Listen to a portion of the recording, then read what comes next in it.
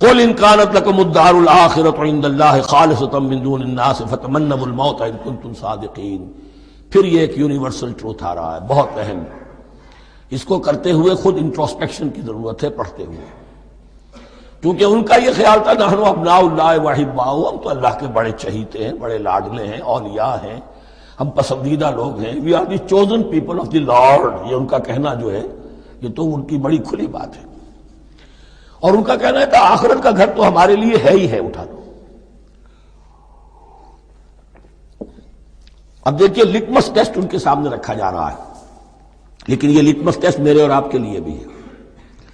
قل ان كانت لكم الدار الآخرة عند الله خالصة من دون الناس، اے نبی ان سے کہیے کہ اگر تمہارے لیے آخرت کا گھر اللہ کے پاس خالص کر لیا گیا ہے دوسرے لوگوں کو چھوڑ کر، یعنی تمہاری ریزرویشن ہو چکی ہے وہاں، تمہارے لیے تو جنت ہی جنت ہے، فتمنوا الموت ان کنتم صادقین، تو اگر تم سچے ہو تو تمہیں موت کی تمنا کرنی چاہیے، موت کی تمنا کرو۔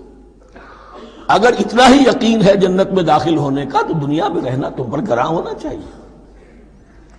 یہاں کی تو بہت سی کلفتیں ہیں، بہت سی محنتیں ہیں، مشقتیں ہیں، کتنی کتنی کوفت اٹھانی پڑ جاتی ہے۔ یقین اگر ہو کہ آخرت ہے اور وہاں میرا مقام جنت میں ہے تو زندگی تو لائبلٹی معلوم ہونی چاہیے، ایسٹ معلوم نہیں ہونا چاہیے۔ پھر تو دنیا سجن نظر آنی چاہیے، جیسا کہ حدیث میں فرمایا گیا الدنیا سجن المومن و جنت الکافر، یعنی کم سے کم یہ کہ دنیا میں زیادہ رہنے کی آرزو تو نہ ہو،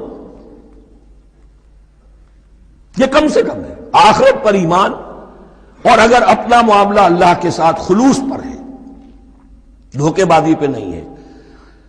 بل الانسان علی نفسہ بصیرہ، ہر انسان کو معلوم ہے میں کہاں کھڑا ہوں۔ آپ کا دل آپ کو بتا دے گا آپ اللہ کے ساتھ دھوکے بازی کر رہے ہیں یا آپ کا معاملہ اللہ کے ساتھ خلوص و اخلاص پر مبنی ہے۔